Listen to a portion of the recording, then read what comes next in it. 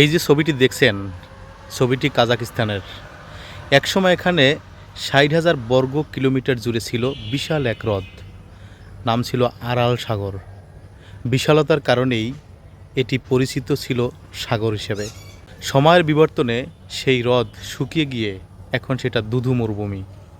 যারা নিজেদের অবস্থান নিয়ে বাড়াবাড়ি কোনো রকমের আত্মবিশ্বাসী এবং সেটাকে অহংকারের পর্যায়ে নিয়ে যায়, তাদের জন্য ছবিটি প্রতীক হিসেবে দিয়েছি। সময় যখন বদলায়, সাগরও কিন্তু শুকিয়ে যায়, সেটা মরুভূমিতে পরিণত হয়। সমাজে কিছু মানুষ আছে যারা অর্থ, সম্পদ, রূপ, গুণ বা ক্ষমতার দম্ভে সবাইকে তুচ্ছ তাচ্ছিল্য করে অন্যের ক্ষতি করার চেষ্টায় মেতে ওঠে। এটা মনে রাখা প্রয়োজন যে সবারই সময় ফুরিয়ে আসবে একদিন।